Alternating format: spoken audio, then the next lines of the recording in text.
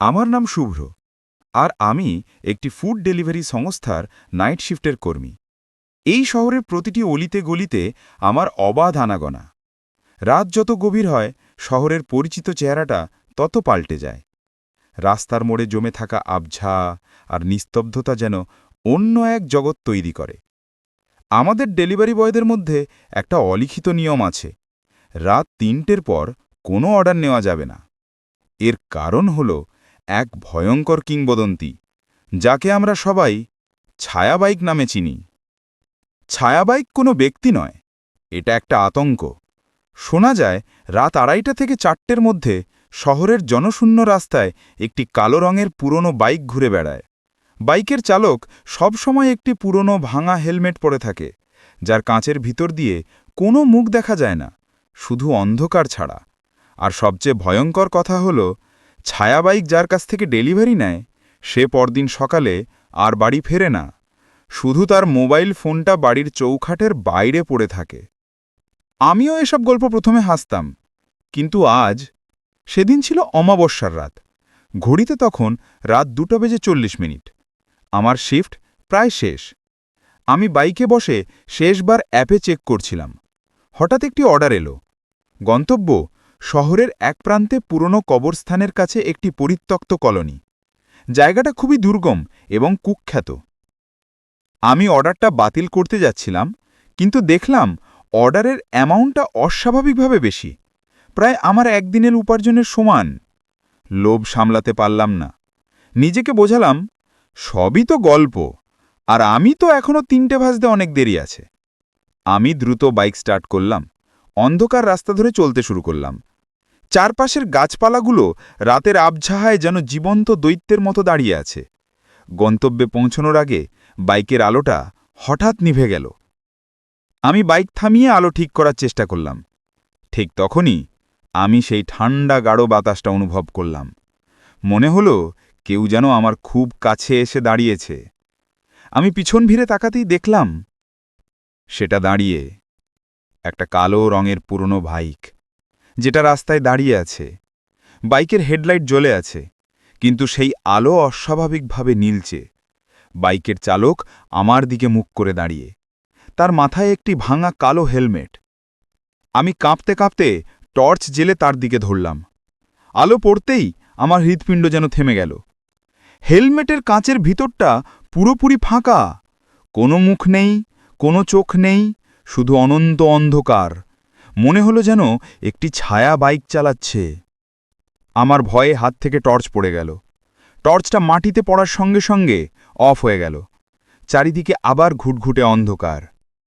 ছায়ামূর্তিটা ধীরে ধীরে bike start করল।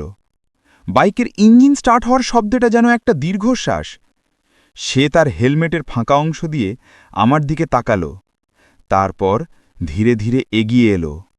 বাইকটা এত নিঃশব্দে চলছিল যে কোনো শব্দ হচ্ছিল না, কেবল তার উপস্থিতি জানান দিচ্ছিল।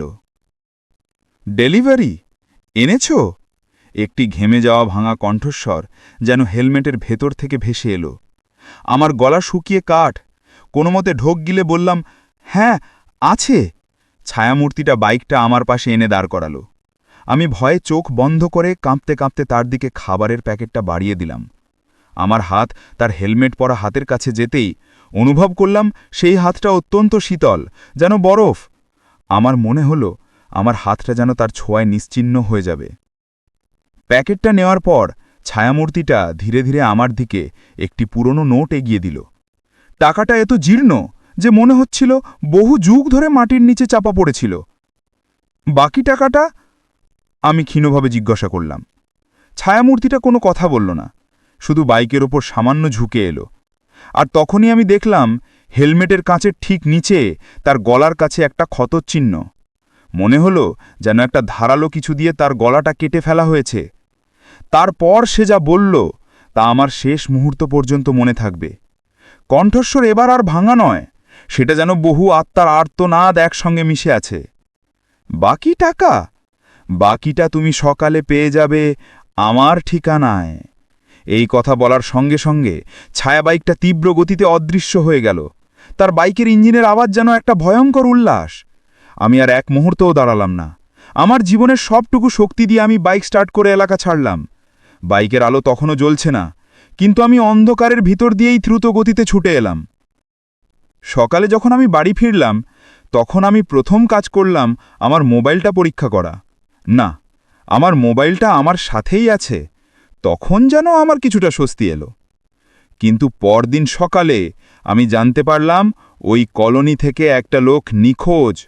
সেই লোকটির মোবাইল ফোনটি তার বাড়ির চৌখাটের বাইরে পড়েছিল, ঠিক যেমনটা ছায়া বাইকের গল্পে শোনা যায়। আর তার ডেলিভারি বয় হিসাবে সেদিনের অর্ডারে আমার নাম ছিল না। আমার শিফটে ওটা শেষ অর্ডার ছিল না। আজও আমি নাইট শিফটে কাজ করি, কিন্তু রাত 2:30টার পর আমার হাত আর বাইকের হ্যান্ডেলে স্থির থাকে না।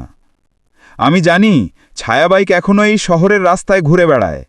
আর আমি আটাও জানি সেদিন রাতে আমি ডেলিভারি দিয়েছিলাম, কিন্তু ডেলিভারিটা কার কাছে ছিল আর কার কাছ থেকে আমি ডেলিভারি নিয়েছিলাম, সেই রহস্য আমি কোনোদিন ভেদ করতে পারব না। বন্ধুরা, এই গল্পটা কি আপনাদের শহরের রাতের নীরবতাকে আরও ভয়ঙ্কর করে তুলল? এরকম আরও গা ছমছমে অভিজ্ঞতা শুনতে ও দেখতে চাইলে আমাদের চ্যানেলটি সাবস্ক্রাইব করুন এবং পাশে থাকা বেল আইকনটি টিপে দিন। ধন্যবাদ।